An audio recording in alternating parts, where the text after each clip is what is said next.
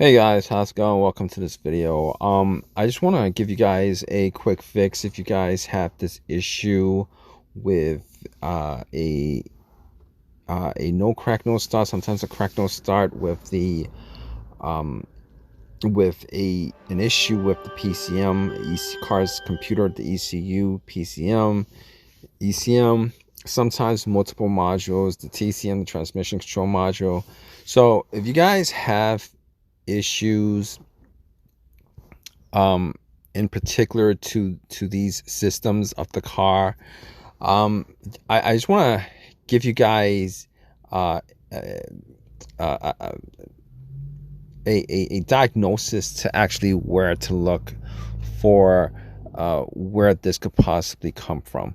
You guys have this issue. All right, first of all, a lot of times this could actually be caused by just low voltage on the battery. All right, you guys definitely want to check the battery itself. Make sure that the battery is good. Make sure that the battery is reading 12.6 volts. It's very simple. You guys want to test out the battery. A lot of people just leave their a lot of people don't actually change the battery after 3 or 4 years, which is what you normally want to do. And if you guys don't do that, there's a good chance that the battery could deteriorate to the point where it actually is not holding a good charge, which would actually could cause issues with your PCM or ECU or ECM actually having a good connection to any kind of normal voltage to actually operate, and that could actually cause no communication issue. On top of that, you guys actually want to look for the ECM, the PCM fuse. Make sure that that fuse is not blown. That fuse is blown. It's definitely either going to cause you a crack no start or sometimes a no crack no start issue. It could possibly keep your OBD2 from connecting or running the scan to all the way through to give you any codes or analysis of all the systems that's in the car. You guys definitely want to look out for a blown fuse, but a lot of times this could also be caused by the fuse box itself having a short, either by maybe a cable, positive line on a cable that's actually making contact with the frame and just shorting out the fuse box itself.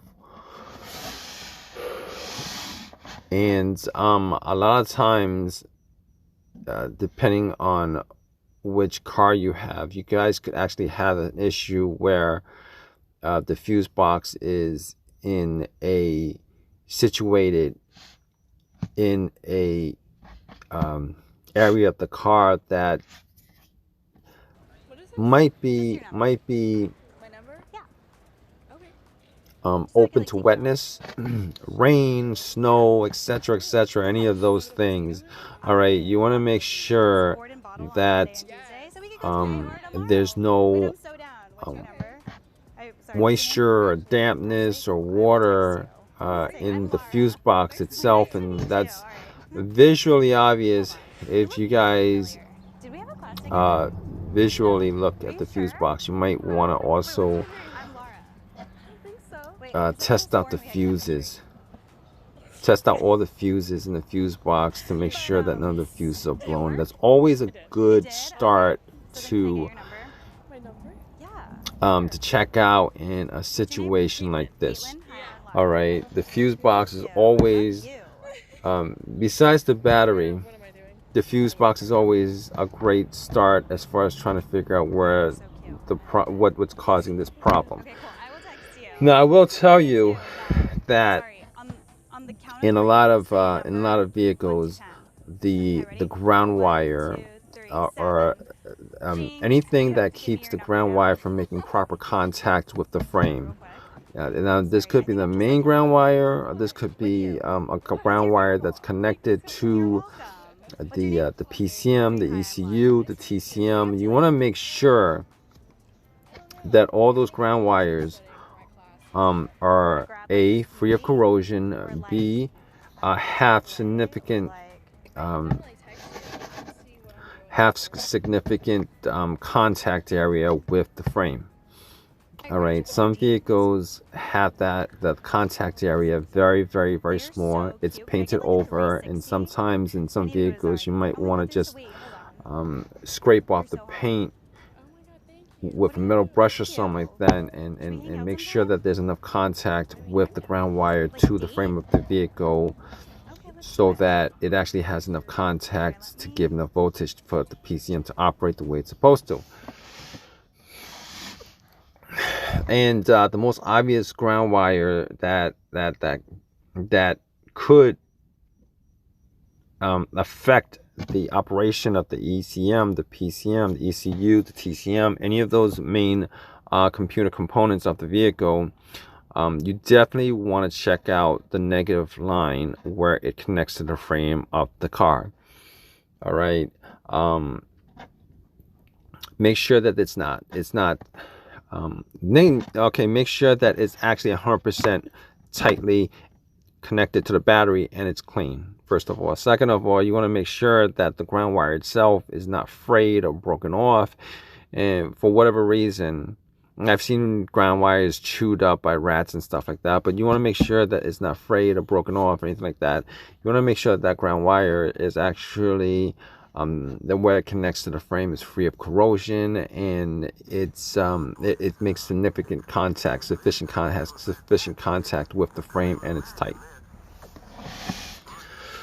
Those are things that you guys want to look for. For the most part, those are the things that you guys want to look for as far as issues with communication with the PCM, the ECU, the TCM. And now, a lot of times, the tipping itself, a lot of people will change the tipping, which is pretty much another term for the fuse box itself. And it's possible, if you actually find that there are multiple fuses that are blown, if the fuse box itself is not it's actually not it's actually not operating the way it's supposed to, as far as maybe there's no power going to any of the fuses, maybe there's no power going to any of the relays, and you definitely want to make sure that it's the fuse box itself. Maybe there's a short somewhere in the fuse box where some components of the fuse box is shorted out. Sometimes you'd have to take the fuse box out. It's one of those things where it's kind of tricky, but shorting of blown fuses, a wire that's shorting out fuses, a wire that's shorting out the tipping, the fuse box itself. Those are essentially many times the main components of PCM, ECM, ECU issues. Sometimes it could be the OBD2 connector itself that might have issues. But even if the OBD2 connector itself has issues, a lot of times the car would still operate normally. You just wouldn't be able to get a connection with your OBD2 scanner. But if you guys do actually have an actual car system computer issue with any kind of communication with the car, and that actually creates either a no communication issue, or that actually generates like multiple codes, maybe like 10, 11 different codes for different parts of the car that that have no connection with each other. That's generally one of the symptoms of a faulty, or a symptom of either faulty ECU, ECM, PCM. Maybe sometimes the module itself needs to be changed out. It could be maybe the connector that connects to the module it's loose. You might want to just maybe take it out and plug it back in, make sure that it's plugged in tight. And those things are definitely things that you guys want to check in this situation.